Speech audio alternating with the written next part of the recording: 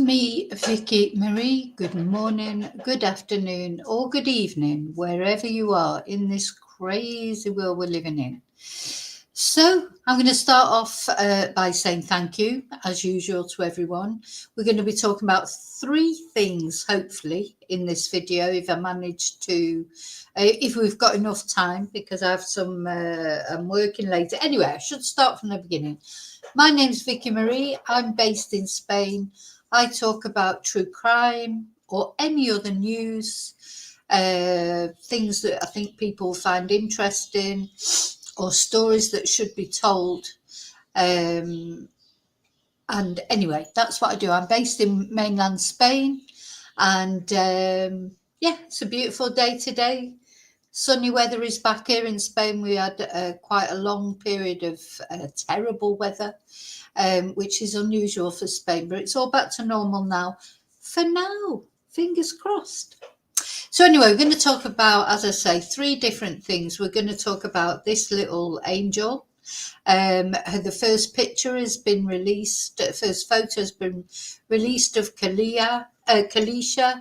Now, I don't know if this isn't her birthday party, because this girl, she just had her birthday a week ago, and we can see the balloons in the background.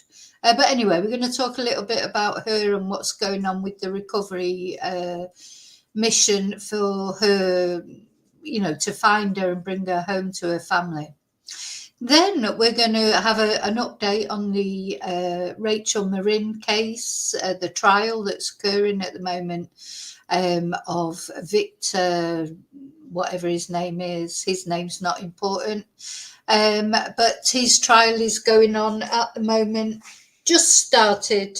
And every day I'm going to do a brief update. There's not much to update, but just a little bit to give you an idea of what's happening there in Maryland. That's in the USA.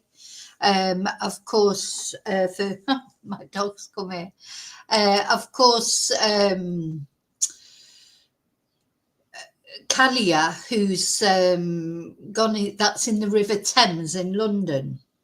So we're going to talk about her, what's happening with her, if you like, or any updates as to whether Kaliyah, she's not been found yet, unfortunately, as far as I know anyway, unless something gets reported later on today. But this photo has been released. Then we're going to, as I say, have an update on the Rachel Morin trial of her murderer, or her alleged murderer. Every day I'll probably do a short update on that, see what's going on. Opening arguments are on Friday. Currently is jury selection, etc. And then finally, time permitting, if we don't have time, I'll talk about it on another video, because somebody mentioned, I did a video about that strange case in Sligo in Ireland, of the guy who was found deceased on the beach, and nobody knows. Peter Bergman, nobody really knows who he was or why he was in Sligo. Was it self-deletion, or was it suspicious, or was it just a heart attack? Very mysterious case. And then one of my members actually made a comment, it reminds me of the death of Zigmund Adamski, which I'd never heard of.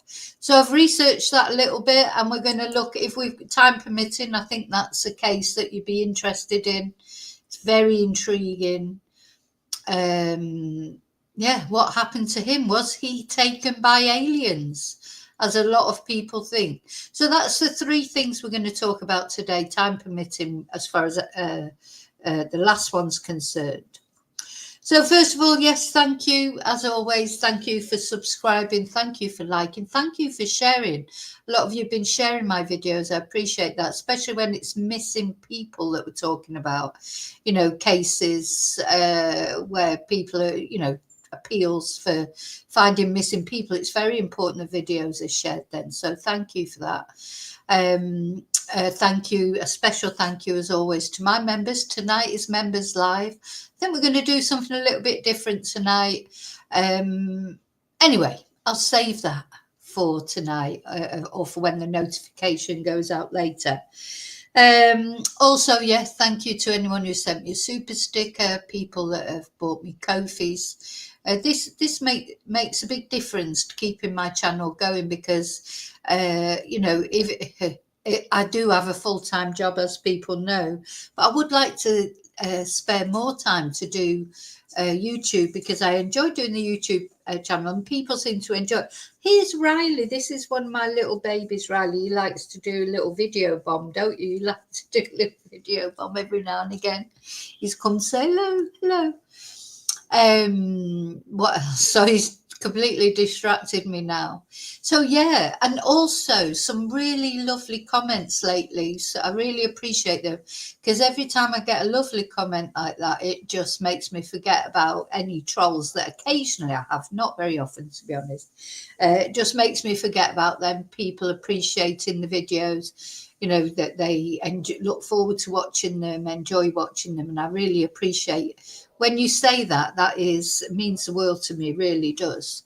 And don't forget, on Sunday we're going to start with this Sunday service where we're going to do some send out some positivity to each and every one of us that need it. We all need some prayers sometimes, but not a religious thing, just about praying to whoever you want, for people who need it, people of us that need it. So anyone who wants to be mentioned in that on Sunday, email me at vickymariechats@gmail.com, and we will I'll be lighting a candle for all of us. We all need a candle, but I would, if you want to be mentioned specifically, whatever the problem that you're going through, it could be all sorts of things.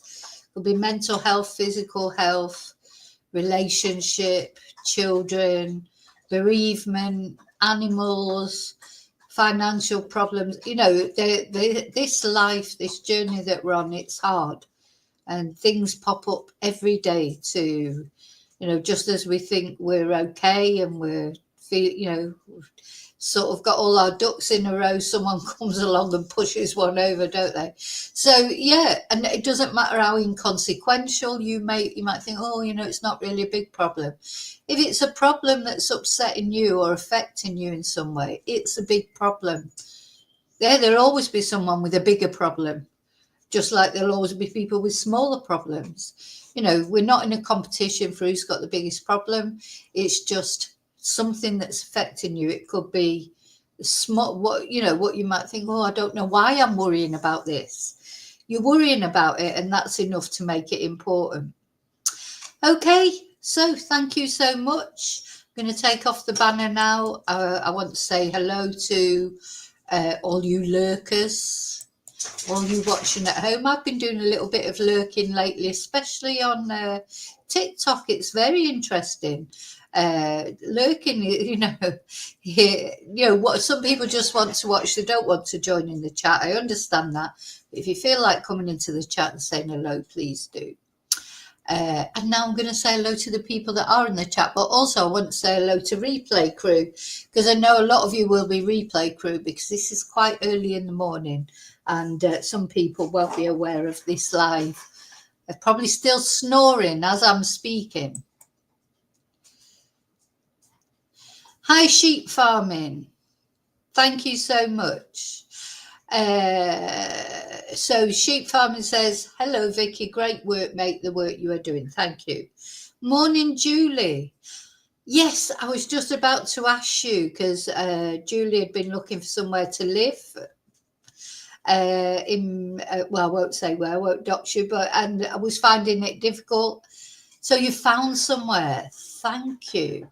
That's brilliant. Thank you, God. I hope your miracle, because I sent you that miracle prayer.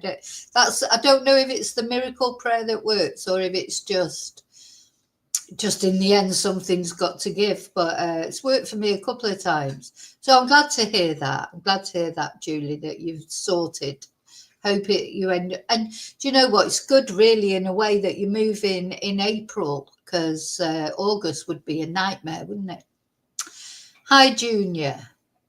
Yeah, Jeremy Bamber. He's another one. Yeah.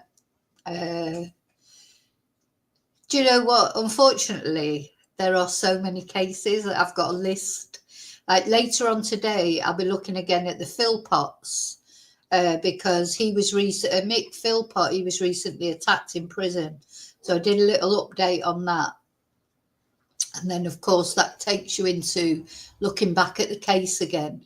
And the thing is, 6 children that he killed, they must never be forgotten. And as long as we're talking about them, they're still here.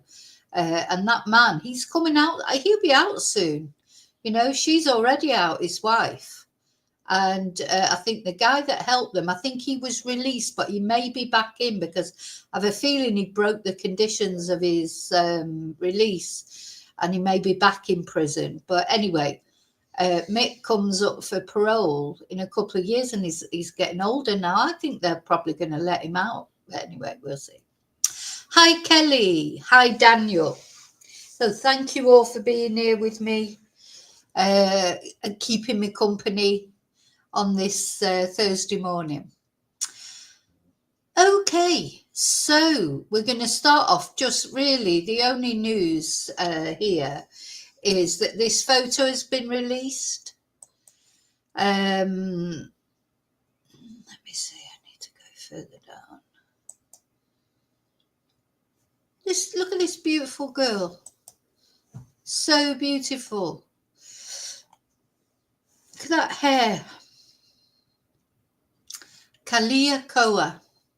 And this is the girl who apparently was paddling in the River Thames or with her friends day off from school and slipped under the water. We don't know exactly how she came to fall into the water, whether she slipped or who knows. But the thing is, she did. Unfortunately, she could not be saved. And there's been a massive, first of all, of course, it was a rescue operation. But the police have said now it's a recovery operation because this happened a few days, I think it was Monday. So a few days have gone past. So, unfortunately, it's now a recovery operation. But just what a beauty, all her life in front of her. So very sad. Let's just have a look at the article. So, this is so important. These water deaths, and it's put me in mind, and I'm sure it's brought it all back to her, put me in mind of Becky Ramsey, who we had on as a guest, didn't we? And she came on and was talking about her son Dylan, who was 13 when he sadly died 13 years ago in what's the word? In an accident when he went swimming in the local quarry. And Rebecca said to us, her philosophy is no lifeguard, no swimming. That's as simple as that. Doesn't matter if because I believe here there are what do they call them, like rubber ring type things around, and a woman actually grabbed one of those what do they call them? Not rubber rings, because that's what you have in swimming pools, but you know what I mean, like a life-saving ring. And went to find Kaliyah, but she could not find her to throw it out to her. She'd gone under the water. There was a young boy there, a friend, who said that he'd tried to, he had hold of her hand and tried to stop her going under. But unfortunately, he couldn't hang on because he's just a child. It's just, I think people just do not realise, do they, myself included, the dangers of going into water just for a paddle like that, in a place like that, just the danger of it. An innocent paddle on must have been a warm day, I suppose. Bless her.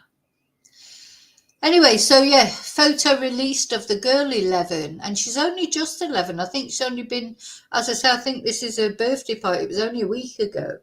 After falling into the River Thames in East London, and a recovery mission is continuing along the Thames, with the Metropolitan Police carrying out an extensive examination of the area. So I just hope they find her as soon as possible, bring her back to her family. Family must be distraught. So police said she'd been playing during a school inset day and entered the water near Barge House Causeway, North Woolwich, East London, and an extensive search was carried out after the incident at around 1:30 on Monday. Just shows you how life can change in an instant, isn't it? You know, that struck me when we were listening to Becky talking, you know, what starts off as a normal day, you know, getting up, getting your breakfast, you know, going about your routine and everything. And then this wasn't a routine day because it was a day off school. Don't know, you know, probably her and her friends decided to go. I don't know how they ended up by the river. And then boom, you know, you just never know. Life can change in an instant. So you really do have to appreciate every moment and appreciate your loved ones every moment. That's hard to remember sometimes. You know, when they're doing things that are really annoying, it's hard to remember that although they can be annoying, and of course all our loved ones can be annoying, you know, you wouldn't, you know, you'd be lost without them, even for the annoying things. So Chief Superintendent Dankard previously said our specialist officers are supporting Kaliyah's family through this deeply upsetting time, and our thoughts go out to those impacted by what's happened. We're committed to finding Kaliyah and are working with partners to conduct a thorough search over a wide area, utilising drone technology and boats. And this is where it is. So this is in London, the River Thames, near London City Airport. So Chief Superintendent Card thanked the members of the public, first responding officers and emergency crews for their rapid response at what was a pressurised and distressing time. And he added, equally, we appreciate this has affected the wider community who have been extremely supportive. You will see extra officers in the area during the coming days. If you have any concerns, then please speak to them.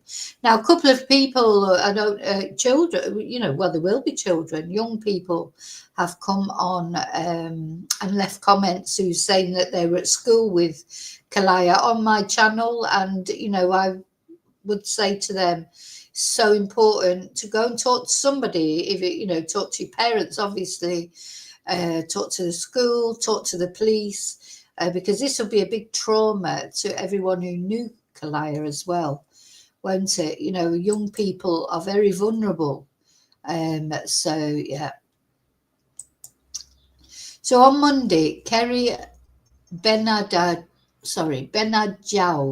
a 62-year-old resident from the area, said she heard of the incident from her next-door neighbour who was outside doing her garden, and there were two little kids running, and they said, my friend's in the water.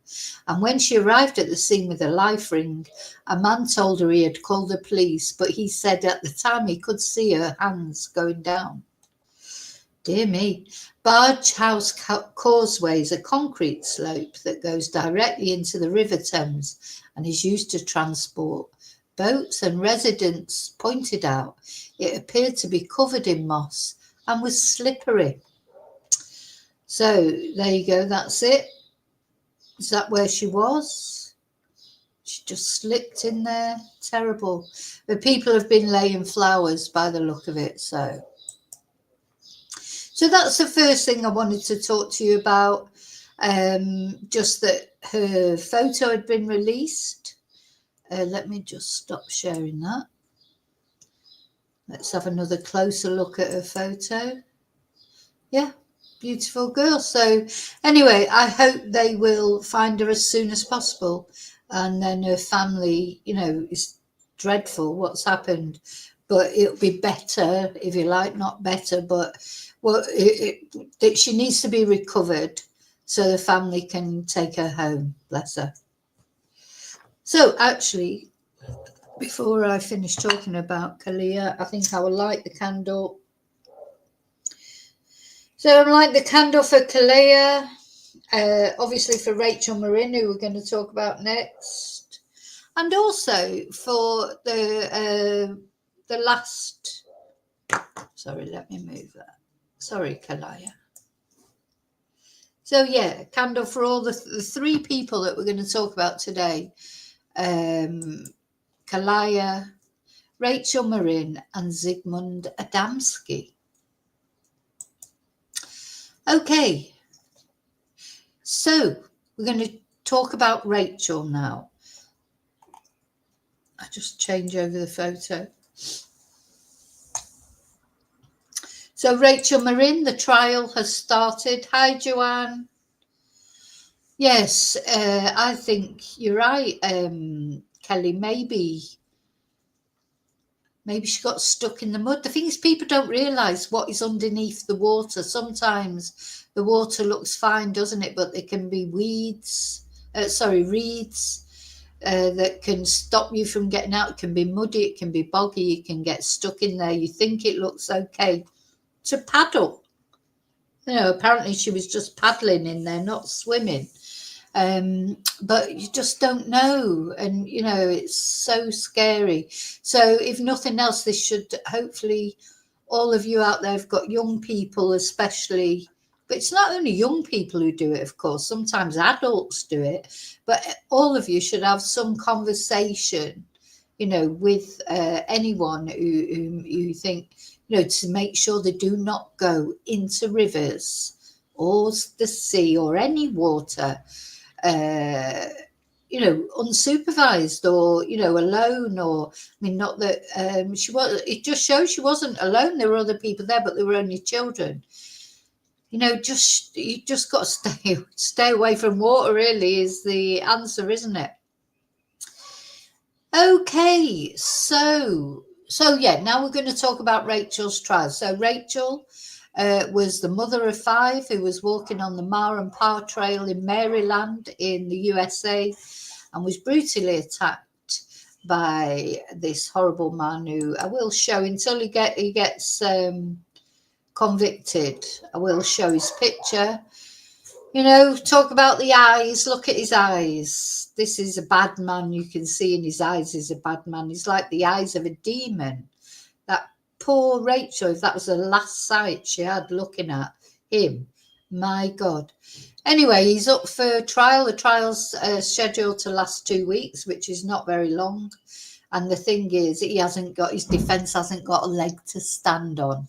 So I'm very positive that this is going to be full justice for Rachel by the end of it. But unfortunately, because he's pled not guilty, despite, overwhelming evidence, including DNA, Rachel's family are going to have to, see and hear some terrible things.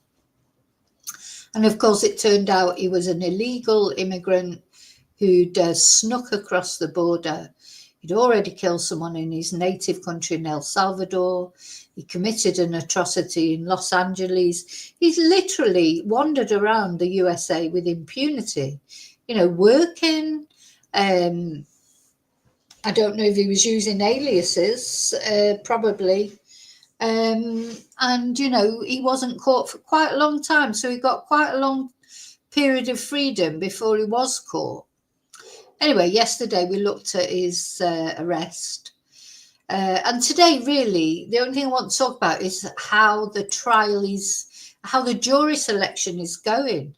Now, the thing is, Maryland is a small place, if you like, a small courtroom. And this is a very high profile case, especially in America. It's been used as a political tool by Donald Trump, her case, Lake and Riley, and it's any high profile case of people killed by illegal immigrants. Donald Trump used it to great effect in his election campaign. So there's a lot of media there. There's probably a lot of public there from the area, the family. Rachel's got quite a big family. And so it's a small courtroom. Now, he did campaign, Victor the Viper. the perpetrator or the alleged perpetrator, he did campaign for it to be held out of the state. That was refused, thank goodness, by the judge. But the only problem is it means it is a small courtroom. You know, it's a small courtroom, and there's problems fitting everyone in, apparently, and that's what we're going to look at. Joanne, that other case was in London at the Thames, in the Thames.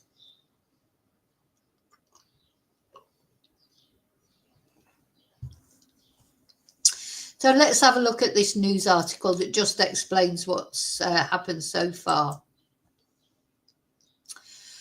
As the jury selection, now it's hard to find a jury.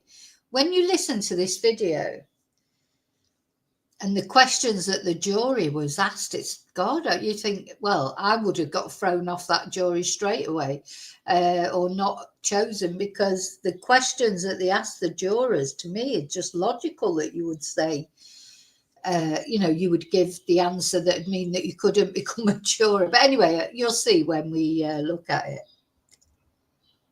The second portion, which is that individualized questioning, and which is often done with that white noise in the background so that no one can hear anyway.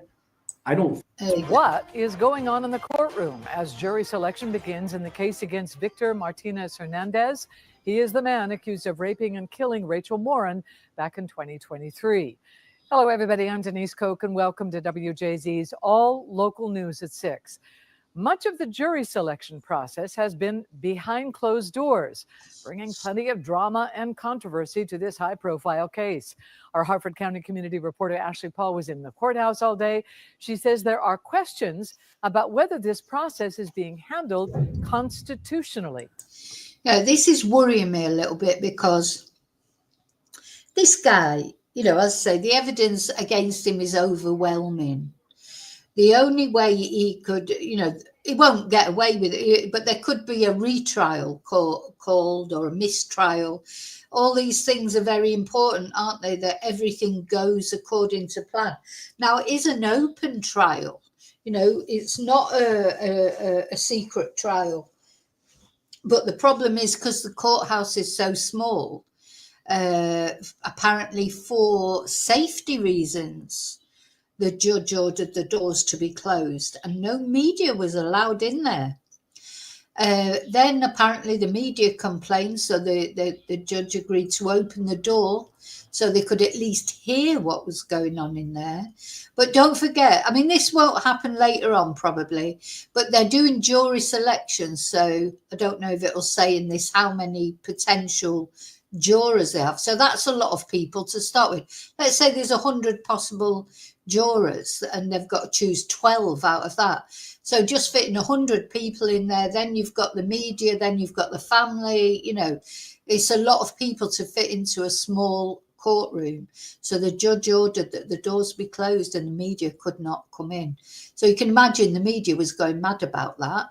And the guy, the perpetrator, Victor, his solicitor, his barrister, lawyer, whatever, he's saying it should be private, you know, and this, that, and the other.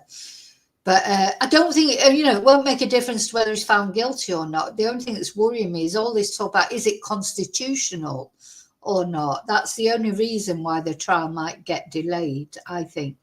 You know, I would be very, you know, I would be absolutely incredulous if he was found not guilty. But these sort of things are a worry.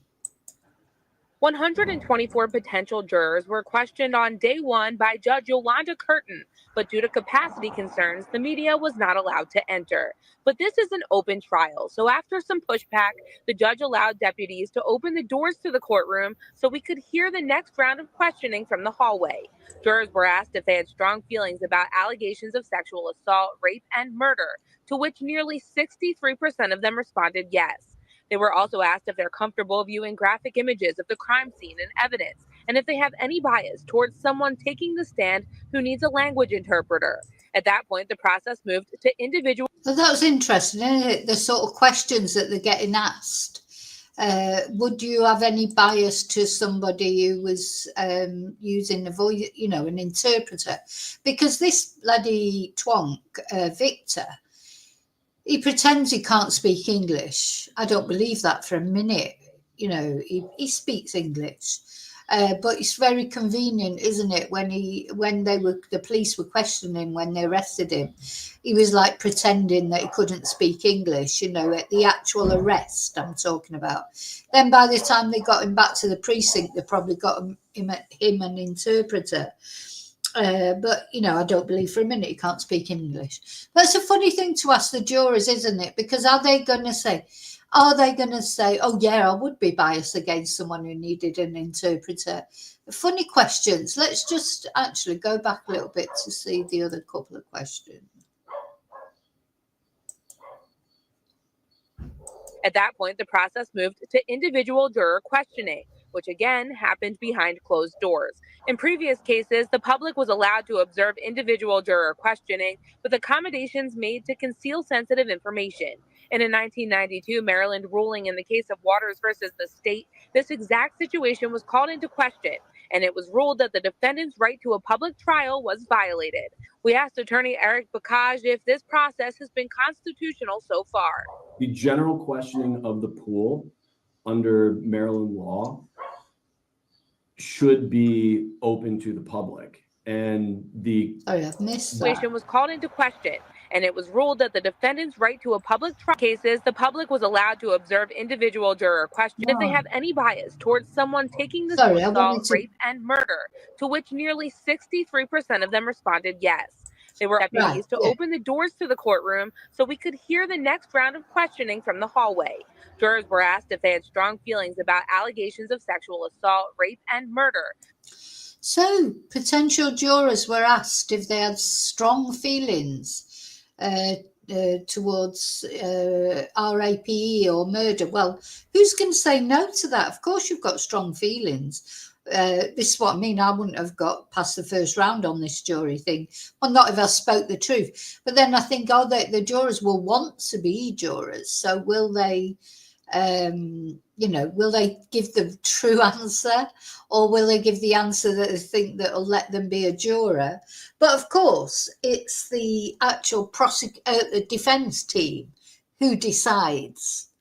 Well, in fact, both teams, isn't it? I think what happens with jury selection, can't either side say no? I don't know if they have to give a reason why. But I think as the jurors come up, then the defence team and the prosecution team can object to jurors for whatever reason, I think. To which nearly 63% of them responded yes. They were also asked if they're comfortable viewing graphic images of the crime scene and evidence. And if so, 63% of people said that they had of the jurors said that they had strong feelings about RAPE and red rum, which is, I'm surprised it's as low as 63%. You think that'd be 80%, wouldn't you? Somebody's been telling porkies there. Anyway, and then the next thing they were asked is something about graphic photos and things. Would they have any problem viewing them? Because there's going to be some very graphic photos in this case, because Rachel, I really worry for her family here if they're going to have to see these photos. She was bludgeoned with a rock, and apparently, his intention seemed to be destroy her face. So they're going to be really horrible crime scene photos that this jury are going to have to look at, and the family and anyone else who's there in the courtroom. I presume if they show them, they may only show them to the jurors. I don't know what they're going to do, but it's not going to be very nice. And that, again, this is because of him not pleading guilty that everyone's got to sit through that. If they have any bias towards someone taking the stand who needs a language interpreter. At that point, the process moved to individual juror questioning, which again happened behind closed doors. In previous cases, the public was allowed to observe individual juror questioning with accommodations made to conceal sensitive information. In a 1992 Maryland ruling in the case of Waters versus the state, this exact situation was called into question, and it was ruled that the defendant's right to a public trial was violated. We asked attorney Eric Bacage if this process has been constitutional so far. The general questioning of the pool under Maryland law should be open to the public. And the then Court of Appeals, now the Supreme Court of Maryland, held in the Waters case that the denial of the public's right to be present during the generalized questioning, and in that case throughout the entirety of voir dire, was a reason to grant a new trial. Closing the courtroom for the second portion, which is that individualized questioning, and which is often done with that white noise in the background so that no one can hear anyway, I don't think closing the courtroom for that purpose would have any problem. We spoke with State Attorney Allison Healy, who said there was nothing she could do. We also spoke with the head of public affairs with.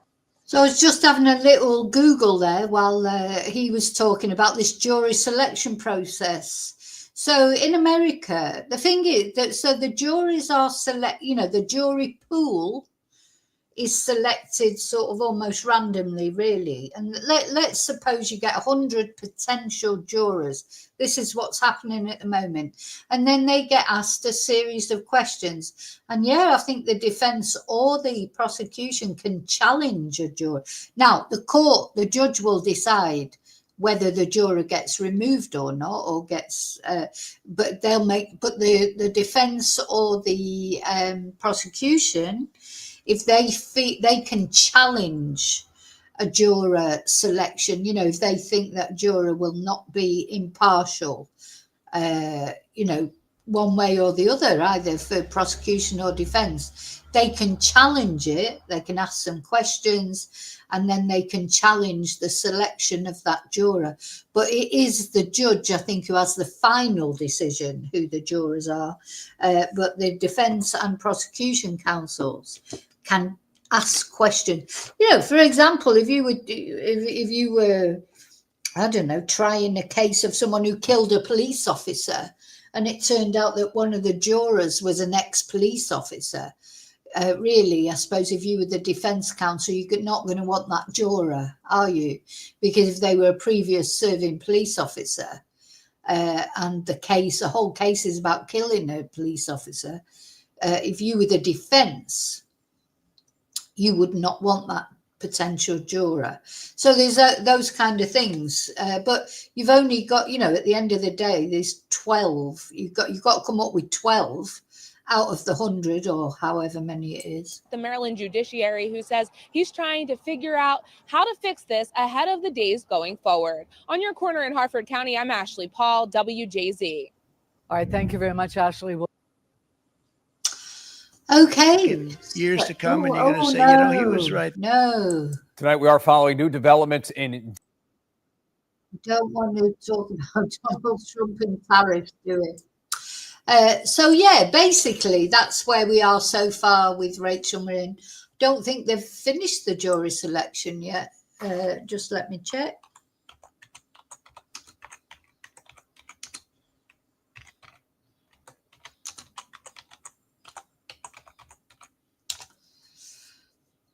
Oh, it says, 10 hours ago, jury seated, jury selected. Oh, right. Okay, let's have a look.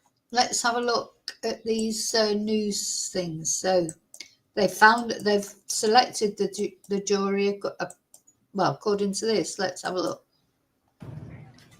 This jury of 12 plus 6 alternates was finally seated and selected this afternoon, a full day earlier than first expected. Ah, yeah. They thought it was going to take the Harford County community knows about Rachel Morin's murder and has strong feelings about the allegations in the case. That was the clear takeaway from 2 days of jury selection. More than a year and a half after the 37-year-old mother of 5 was brutally raped and murdered along the popular Ma and Pa Trail in Bel Air, a jury was seated just after 3 today to decide the fate of the man charged in the case. It came after 184 people were summoned to the circuit courthouse this week to answer questions posed by 184 people. So that was, gosh, so they had to choose from 184 people, but they've done it in one day. As she was saying, I knew that it wasn't I thought it was going to go on, finish off today, because of course I'm on a different sort of time thing than America. But I thought it would take at least 2 days, and it seems like everybody did. But no, they've chosen them. 12 out of 184. That was very quick, isn't it? By the judge as a big group in open court and then individually behind closed doors. Today, 97% of the jury pool told the judge they know about this case. Nearly 10% said they knew Rachel Morin and her family, and 12% of the panel members said they knew each other. Gosh, I mean, the thing is, that's it. Well, 97% said they knew about this case. That's how high profile a case it is, especially in America, because of the elections and the way this case was used as part of Donald Trump's propaganda. So, gosh, that's amazing, isn't it? And then it was saying 10% know her family and 12% knew her personally. So, I don't know about that, to be honest. Don't know if that's a good thing. Voir dire process revealed that the jury will hear testimony from dozens of witnesses, including experts in DNA and serology, as well as see graphic photos of the crime scene, the victim, and the victim's injuries. Do you have strong feelings about viewing these images? The judge asked. Nearly 40% of the possible jurors answered yes, and 67% told the court they had strong feelings about the allegations and charges in the case, which include murder, rape, and kidnapping. Gosh. Before they were sent home for the day, members of the jury were told they have tomorrow off, and then told the trial begins on Friday. They must report back by 9:15 a.m. They will be sworn in, and then the trial will begin in earnest. Opening statements are first, of course. Reporting live in Bel Air, I'm Kate Amara, WBAL TV 11 News. So there you go. That's where we are with Rachel's case. The jury's been selected, for better or worse, very quickly. So for that reason, they've got today off, because I think they were expecting today for another day of jury selection. They've got today off, and the opening statements, or whatever they call it, is tomorrow. Trial starts tomorrow. I cannot wait for this trial to be over and for see this man get the justice, or see Rachel get the justice she deserves. Let's hope so. Anyway, let's hope there's no constitutional issues and all that crap that they're talking about. Makes me angry, because what, Rachel had the constitutional right to walk around a park, a trail, a nature trail that she'd been walking around since she was a child. She had the right to do that and be safe. So I couldn't give a shit, to be honest, about his constitutional rights. He hasn't got any, as far as I'm concerned. But there you go. You forego your constitutional rights, don't you, when you do things like that? But he's innocent till proven guilty. So we've got to remember that. Allegedly. Anyway, I hope it's not too traumatic to a family. I mean, it will be. Obviously, you can't get away from it. It's horrible that they've got to see these images of her, and I hope that it doesn't.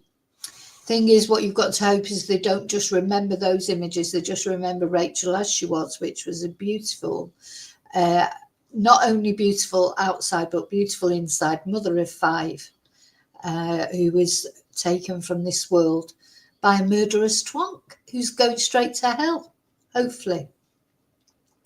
Okay, so tomorrow then I won't be reporting on it, because tomorrow nothing's happening. That's today, isn't it? God, yeah. Because when they say tomorrow, they mean like Thursday. So Friday, but of course American time, that's when the trial will start proper. So that'll be the next update that I'll have for you. Will probably be Saturday now. probably won't have I won't have an update tomorrow, will I? Because they're having a day off. Okay. God bless Rachel. So we're going to, I think I have got time. I've got classes soon, but I haven't run out of time. So I want to talk about this. It's completely changing the subject, really, though. It's still crime. Or is it crime? You know, this one of my chatters, as I say, as he was watching the video about the case of Peter Bergman, the man who disappeared, who died in Sligo, very mysteriously. Nobody knows who he is, or really, you know. I would advise you to go and it's on my channel, Peter Bergman. It's a very interesting story about him. He was a real person who existed, died in very mysterious circumstances. So one of my chatters said, "Oh, it puts me in mind of." Now I've got to look at his name because it's not a name that rolls off the tongue. He said, "Oh, it reminds me of the Zigmund Adamski case." And now I'd never heard of it, so I had a look at it, and I think you'll find it interesting. And I know a lot of my chatters out there, they are interested in not the paranormal, in like science fiction, UFOs, etc. And, you know, some people think that this man, this is a real photo of him with his wife. Some people think that this man was abducted by aliens and murdered by aliens. Personally, I don't think that. But you know what? You never know, do you? It's a very, very mysterious case. And Ziggy was Polish, but he was living in the UK all those years ago, quite a long time ago now. So let's have a look at the story of Ziggy Adamski. And this, when Ziggy went out to the shops one day, never came back. And this is how he was found, on top of like a coal heap. And he was deceased. And apparently his face looked literally as if he had seen a ghost. But had he seen an alien? A lot of people think he was a victim of alien abduction. So he just literally disappeared off the face of the earth, and then one day was found like this. I don't know if this is an actual picture. I think it is the actual picture, actually, but it's definitely a you know, this is exactly as he was found, lay on his back on top of like a coal heap. What had happened to him? You know, and some people think it was victim of foul play. Has to be foul play, I think. I can't say that it's not foul play one way or another.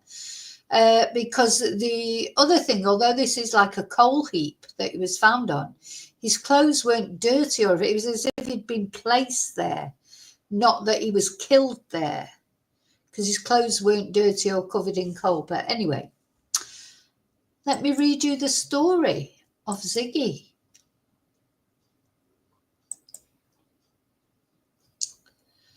Where are we? We'll read this one first, I think. So this happened. When did it happen? 1980.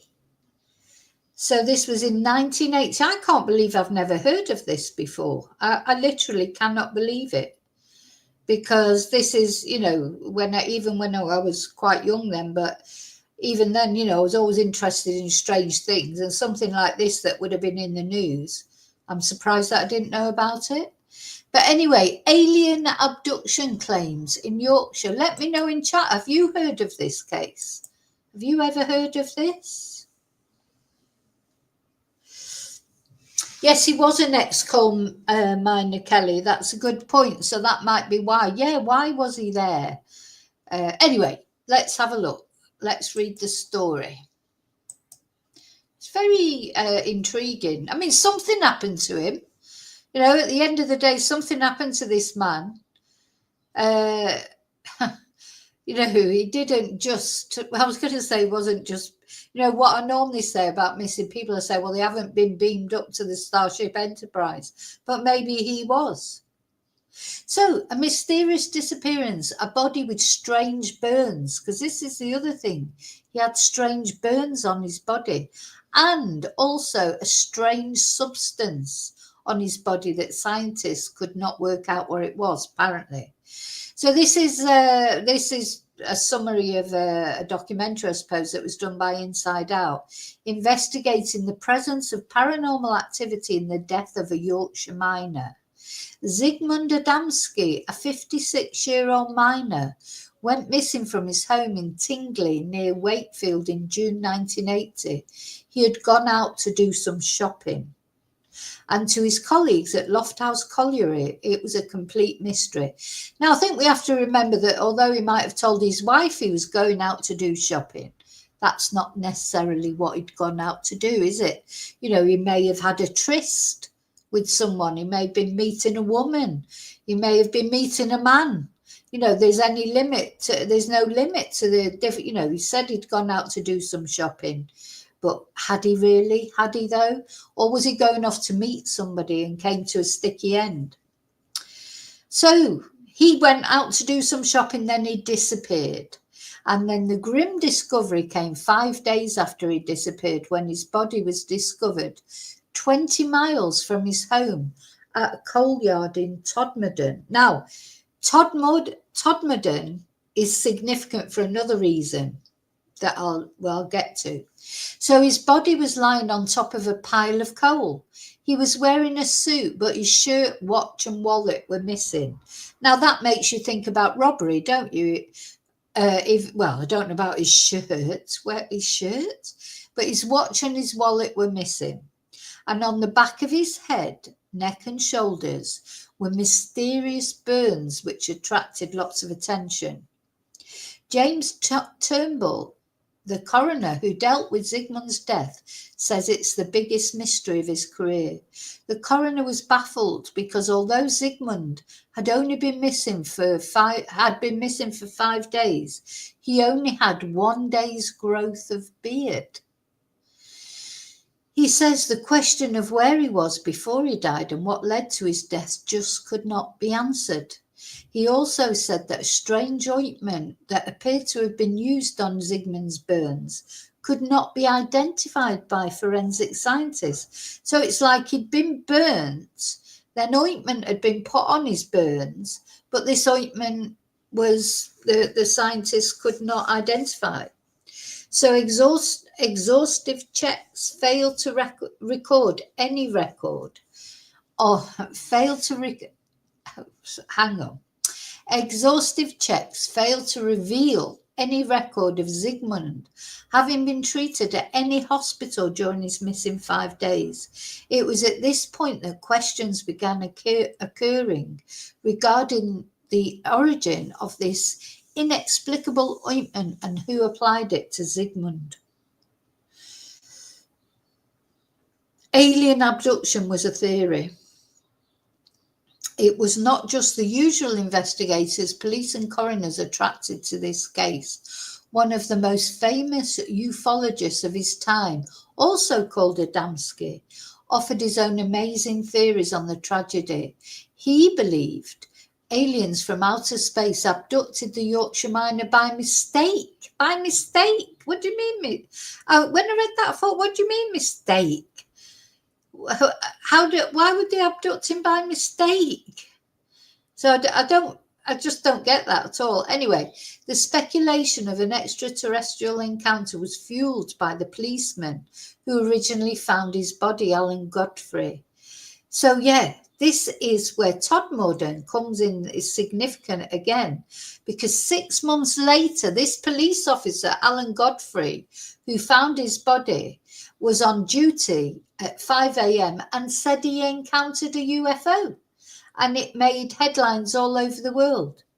And he said, I wish I'd never seen the UFO, particularly because of the effects on my children. It's not easy having a policeman as a father, but when he's a policeman who saw a UFO, it's even worse. This was a huge turning point in Alan Godfrey's life. He left the police force and he has a new role as a speaker at charity fundraising events. So that's strange, isn't it? So the very policeman that found this poor man's body, the very policeman that found this man's body, then 6 months later saw a UFO. I mean, what's the odds, really, isn't it? Is it true what he's saying? Then some people, and this is complete speculation, of course, some people have pointed the finger at him because he's the one that found the body, of course. Person who finds a body is always under suspicion, policeman or not. And then 6 months later, for him to say he saw a UFO, I don't think it was anybody else saw it.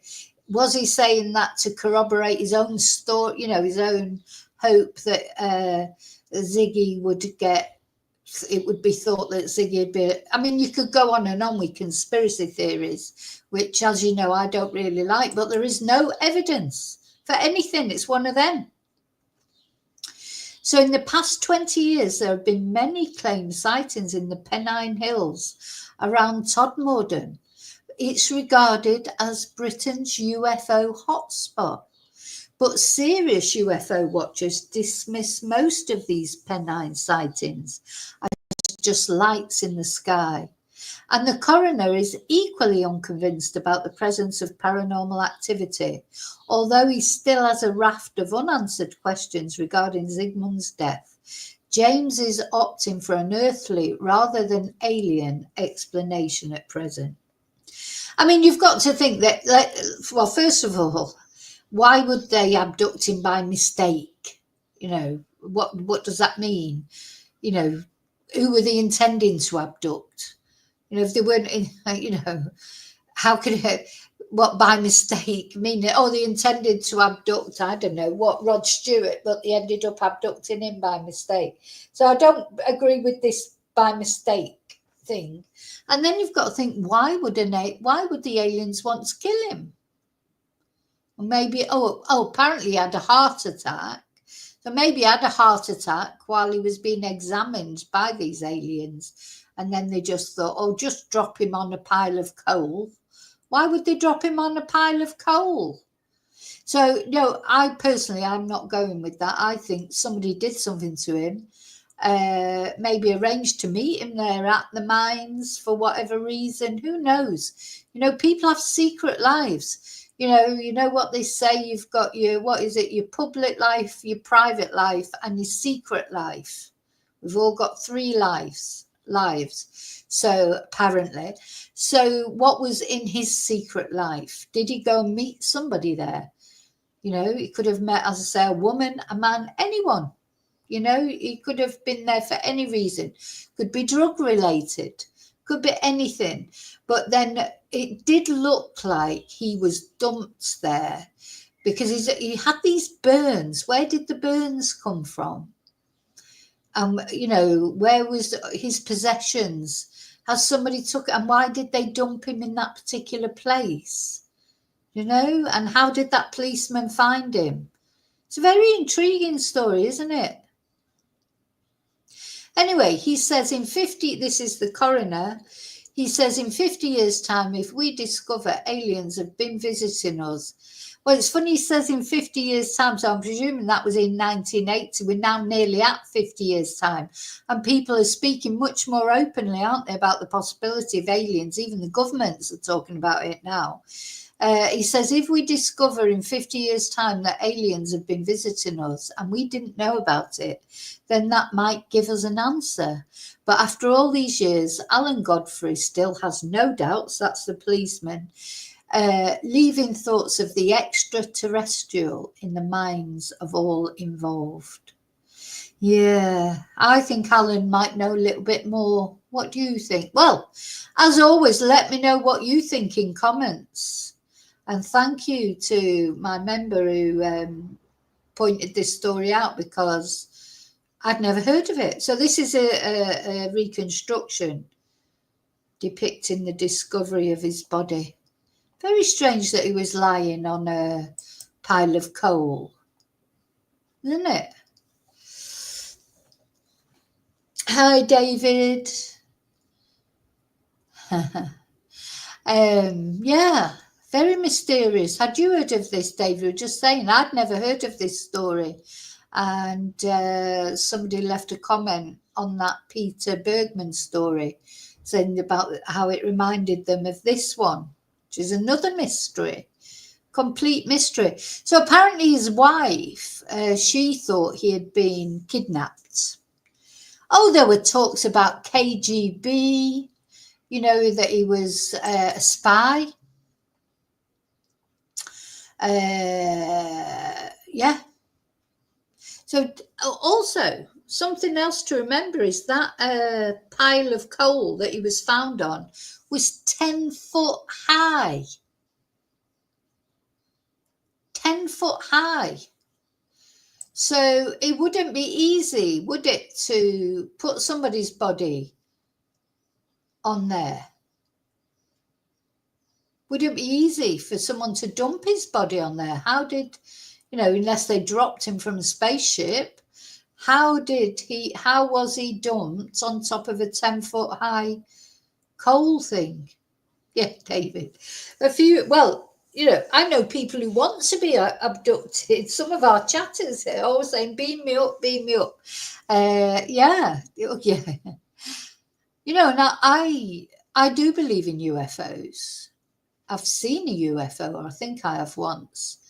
But the thing is, I just don't see why they would take him by mistake and why they would kill him. But if he had a heart attack because of all what was going, I mean, it would pretty much give you a heart attack, wouldn't it? You know, it'd pretty much give you a heart attack to get abducted by aliens. If anything could give you a heart attack, it'd be that, wouldn't it? But just having a look at some of it, what it says on Wikipedia about it. Now, let me give you some of the other theories that have been put forward, that he might have been killed by KGB agents. He might have been struck by lightning and become dazed and confused and wandered off to the coal pile and died. Sorry, that I think the UFO seems more likely than that, but you know what? You never know. And his wife, as I say, his wife Lottie, initially suspected that he'd been kidnapped. Now, I wonder why she would think he'd been kidnapped. You know, if your husband went missing, or your wife, or why would you think they'd been kidnapped? You know, if my husband went missing, I wouldn't think he'd been kidnapped unless there was any reason that he may have been kidnapped. You know, if he had some information that I knew he had, or if he had been a spy, or if they, you know, that you would only think that they'd been or if you had loads of money or whatever, you would only think someone had been kidnapped if you had a reason to think that. So I wonder why she thought he would be kidnapped. Anyway, just want to go back to this this sighting by PC Godfrey. This happened on the 28th of November 1980. PC Godfrey responded to reports of cattle wandering around a council estate in Todmorden, and he says that during this patrol he saw a bright light hovering above the road, and he described it as a rotating diamond-shaped object about 20 feet high and 14 feet wide. He said he tried to radio for help, but his equipment wouldn't work. Then the object vanished, and Godfrey found himself 30 yards further down the road. He could not account for 30, so there's 30 minutes he couldn't account for, and he had a split boot and an itchy red mark on his foot.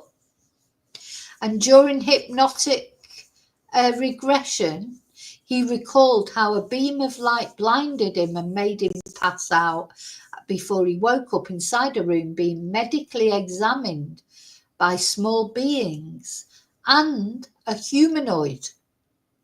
Now, it's interesting because some people have said, you know, it's like, you know, how animals in the wild, we go and get them, don't we? You know, now imagine it. It's like at night time when they're going to find an animal to take for good reasons. I'm not talking about killing animals. You know, we go out into the wild, we take animals We take them back to laboratories, don't we? We put maybe a chip in them or put a ring on their foot or, birds and things. This is what it's like, isn't it? It's like, that's how it must be like, that, big beam of light, as they're sort of suddenly pounced on, or maybe they're shot with a tranquilizer dart. Then they wake up in a laboratory and the lights are on and they're being examined. And then the next minute they wake up and they're back where they started from. These poor animals. This is what it's like, isn't it? And maybe it does happen. Maybe they do come and, select one of us, take us up, check on us, see how we're evolving, check out, who knows? I mean, it seems crazy to imagine, but, who knows? Just don't know, do we?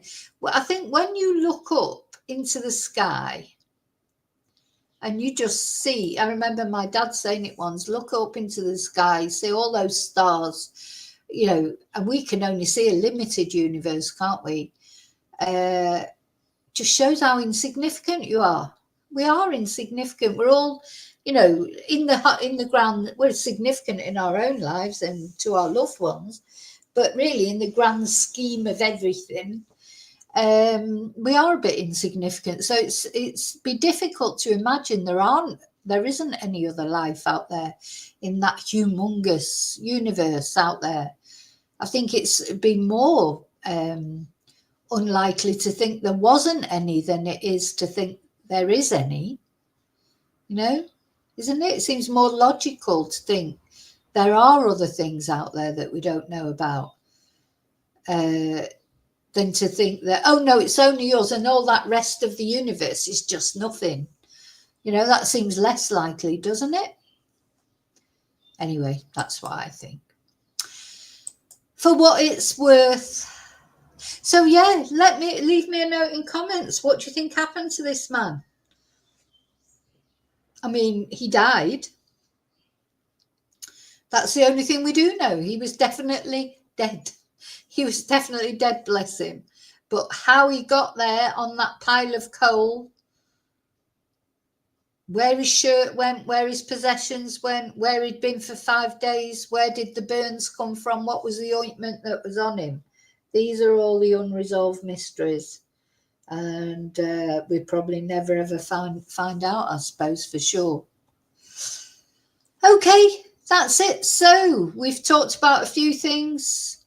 We've seen the picture of the lovely girl who disappeared in the Thames. We've had a little update about the trial of Rachel Morin, and we've had a little puzzle over the mystery of this man, Ziggy. So before I go, actually, I'll just check the news. Hi, Angel. Yeah, I think you're right. I think it would definitely have taken more than one person to put him up on the top of a 10-foot pile of coal. I'm just checking the news just to see if there's any news on Kaliyah, really. If she's... No, nothing at the moment. Anyway, I'm off to do some Spanish classes, but I will be back later. And I think I'm going to put a premiere up. I've got a documentary about the Philpots that I've downloaded and sort of made fit for YouTube, if you like, acceptable to YouTube. A BBC documentary, and I'm going to present that as a premiere so I can chat with you guys about it, and we can all get really angry again about Mick Philpott, because that case, those children cannot be forgotten. He'll be due out in a couple of years. She's already out, and I think she's just as bad as him, if not worse. She's worse. She's like a real psychopath as well. And yeah, that's probably what we'll be looking at later.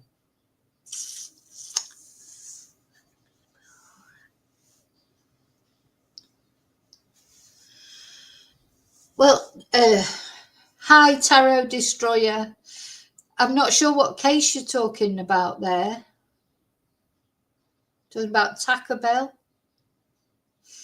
And now so a tarot card reader told him Told my cousin that he would fall in love with himself.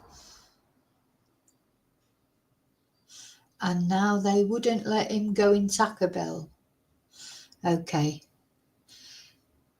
I think that's a bit of subtle trolling there. Spanish troll. That's the first time I've been trolled in Spanish. No, gracias por eso. Nunca me ha pasado eso antes. Oh, Taro, Kelly, Taro must be on the Spanish. She must be on the, he or she must be, I think it's a she, not sure. Must be on the Spanish one, but it's probably just someone being silly. But Spanish troll. No, they'll be on the Spanish. They'll be on the Spanish. Look.